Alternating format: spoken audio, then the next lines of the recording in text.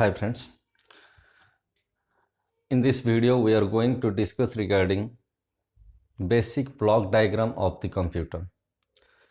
Now what is the basic block diagram of the computer? Till now whatever fundamental hardware we know, according to that we are having 5 elements which are very important, 5 hardware, that is input device, output device, temporary memory, permanent memory,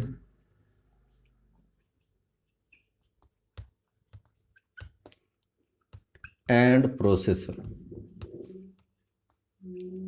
So these are the 5 elements, 5 hardware which we have discussed in our basic fundamental of hardware.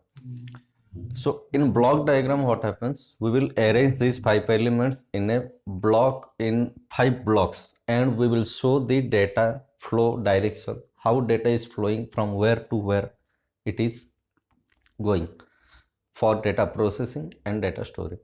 So to understand this basic block diagram, we need the last video, we need to understand the last video, that is basic fundamental of hardware.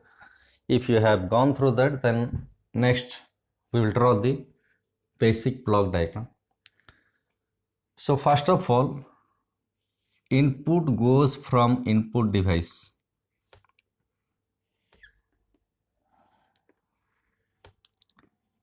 Input goes from input device.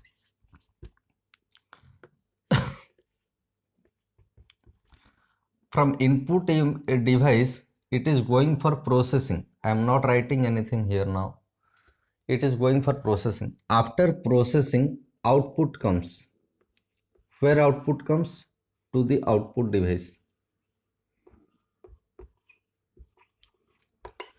So input goes from input device.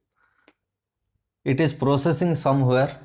In output device, output comes. Now, except input output device, 3 things remain: temporary memory, permanent memory, and processor. How we will arrange those 3?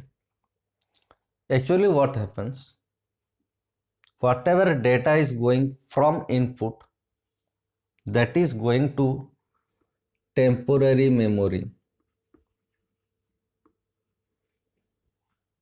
RAM. So it is only our temporary memory.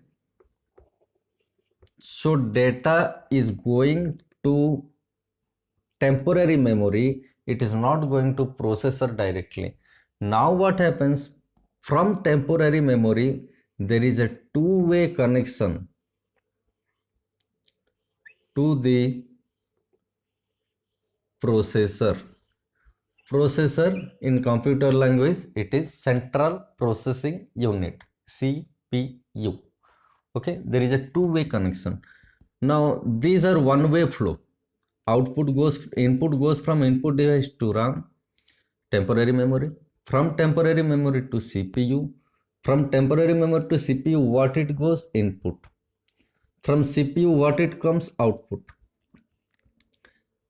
It is coming to same temporary memory. From temporary memory, output is going to the output device. That means from this diagram it is clear that temporary memory plays a vital role in our data processing.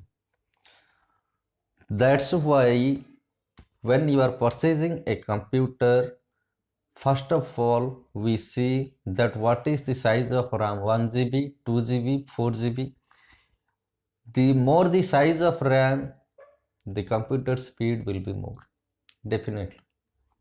If RAM size is less, then your speed of the system will be less. Why? It is not central processing unit, but it plays a vital role in processing the data. Okay, now permanent memory also, there is a two-way connection to the permanent memory or hard disk.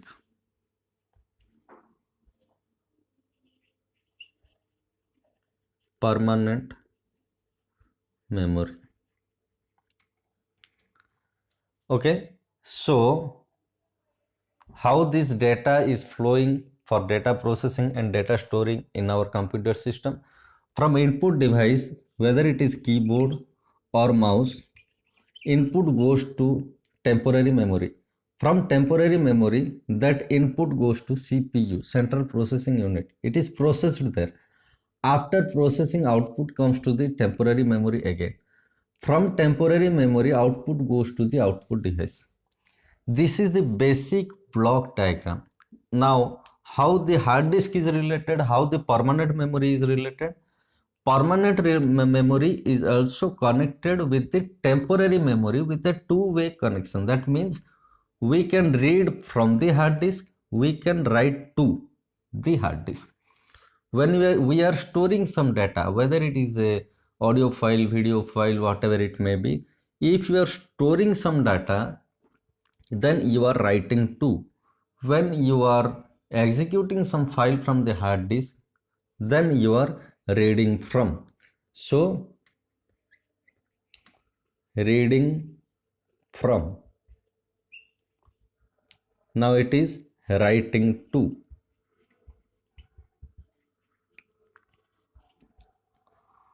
Okay, so from this diagram it is very clear that input devices and output devices, they are connected to the RAM only.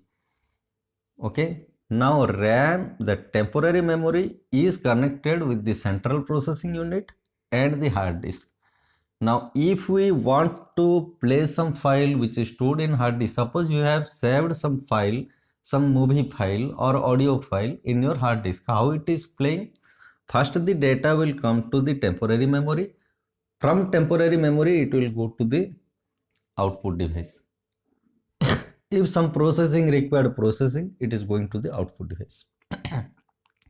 Okay, now this is the basic block diagram of the computer. I will name it the first diagram because we have to go something deep. What is the next concept is, I have drawn this CPU in one block, but if you will go through the CPU, then we will see that there are three important things. It is your first basic block diagram. Now I am going to the second block diagram. See, in second block diagram there is no difference, only I will make the CPU a bigger one. That's it. CPU, I will draw it a bigger one.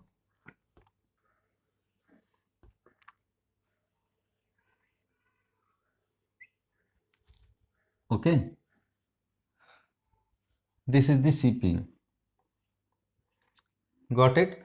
Just I have made the CPU a bigger one. Now let us see what are the components inside the CPU. Inside the CPU there are three important things. First is CU, that is your control unit. Next is ALU, which is arithmetic logic unit. Third is MU, that is memory unit.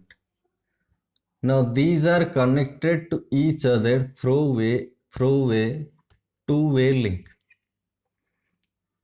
Okay, now let us know what are the tasks of these three individual things. Till now in our first diagram, just we have seen that input is going to CPU, it is processed, output is coming to the RAM, from RAM it is going to the output device. Now inside CPU how it is processing, there are three important equipments. What are they? CU, that is control unit, ALU, that is arithmetic and logic unit, and the last one is MU, that is memory unit. Remember, this memory unit is completely different from the temporary memory and permanent memory. Temporary memory is different, it is a different chip, different circuit. Hard disk, it is a different box. This memory unit is something different. when we will discuss total all the devices regarding memory unit, we will know what are these things. These are actually registers. Okay, register memory in our memory chapter we will read. So these are some, for the time being, we will remember that these are some type of memory which is inside the CPU. Now how it is working? First, whatever the instruction goes to the central processing unit that do the task. Suppose we are giving 18 plus 12 to the computer. Now, computer what it is doing? It is bringing the data 18 and 12. This is data, and it is bringing one instruction, that is summation. Okay, so two data 18 and 12, one instruction, summation. These three things are processed in central processing unit. Okay, how it is processed? First, this control unit, it is responsible to send the task or execute the instruction in a proper timing. Okay, as in our watch we are having minute, second, like that. To do a task for processor, there is a time limit, some millisecond or nanosecond. Okay, that is a time unit. There is a time unit. In that unit, one time unit is equal to 1 second or 1 millisecond or 1 nanosecond. So time is, for one task there is one time unit. We can't say it is microsecond, millisecond, what it is. We will tell time unit. Okay, so control unit controls the instructions according to the time units. It sends the instruction to the ALU according to the time unit. That's why it is called control unit. Now from control unit, instructions are coming to ALU according to the time unit. Okay, now in ALU, arithmetic logic unit, the task is performed, the calculation is done. 18 plus 12, how much it is? It is 30. So it is the calculation part where calculation is done. Now after calculating, the result is coming to the memory unit, and here it is stored 30. Okay, I am explaining like this for a beginner. The engineers who are doing BTech or MTech, when you are going through architecture, you will get a detailed picture and you will go quite deeply. Okay, for easier understanding, I am explaining in a easy way. That is, there are three things: control unit, ALU and MU. Control unit controls according to the time unit. Whatever instructions are going, control unit controls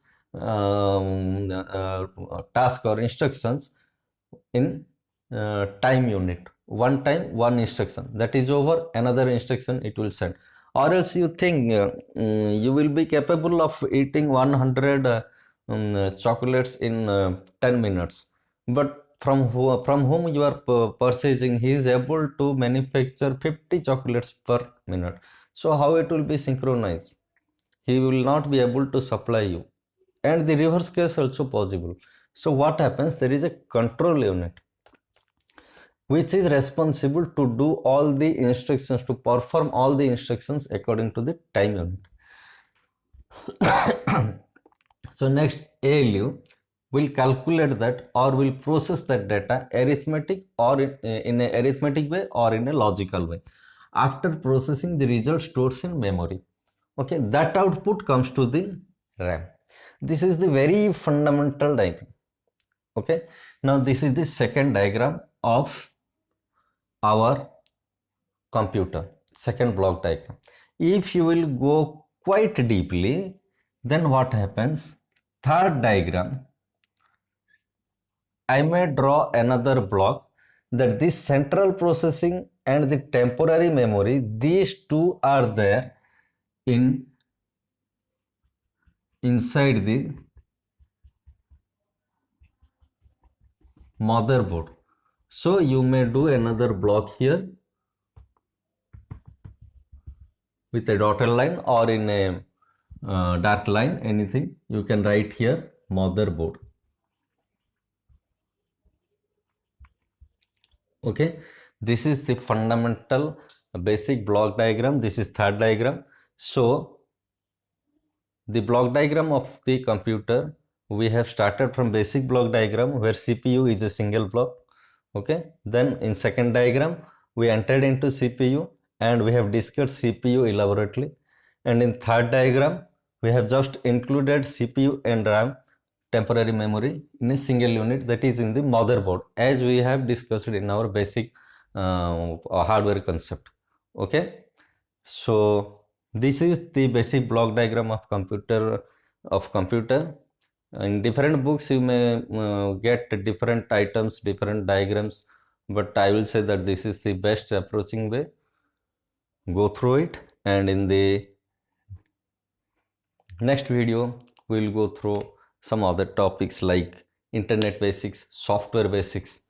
Okay, I think software basics it will come. So go through it, and in our next video we will go through software basics. Thank you.